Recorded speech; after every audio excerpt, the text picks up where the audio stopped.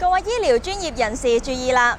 政府對日間醫療中心、診所提出新嘅醫療工程系統監管已經落實，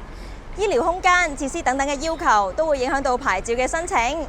所以場地符唔符合規格十分之重要。點樣可以令你嘅診所符合出牌要求呢？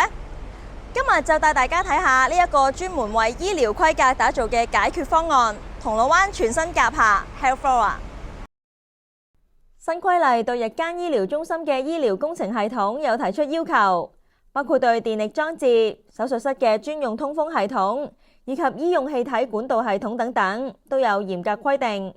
必須確保醫療工程系統符合相關要求，完成所有申請同埋審批程序，喺過渡期前取得衛生署嘅批准通知，咁先可以安心執業。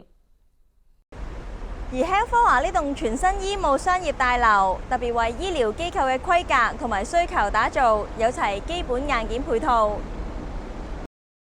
例如充足嘅電力供應、分體式冷氣，避免用戶間交叉感染、空氣淨化系統，部分區域設有免觸式感應開關同埋無障礙設施等等。點樣運送大型醫療設備呢？係好多醫療中心頭痛嘅問題。咁我哋喺外牆都見到啦，呢度嘅窗口位置咧係比較大同闊一啲嘅，咁啊入邊亦都見到係可以打開，咁所以咧如果要運送醫療設備嘅時候咧，只要打開個窗吊上去咧就可以啦，所以咧係非常之方便。呢度低在1至7樓嘅玻璃幕牆，採用可活動式框架，為 MRI 中心、CT 掃描中心、醫療同埋實驗室、診所等等做好準備。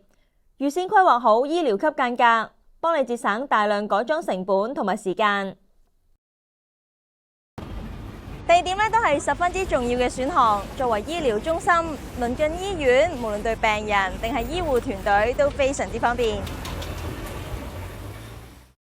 度距離港鐵站只係3分鐘，5分鐘到聖保祿醫院，去養和醫院都係大約10分鐘車程。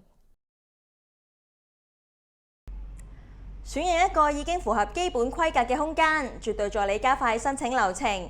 我哋會安排專人提供免費諮詢服務，協助你出牌。發展商仲會付費協助租戶領取牌照。無論租賃或者買賣，都係一個理想嘅選擇，令你可以專心經營業務。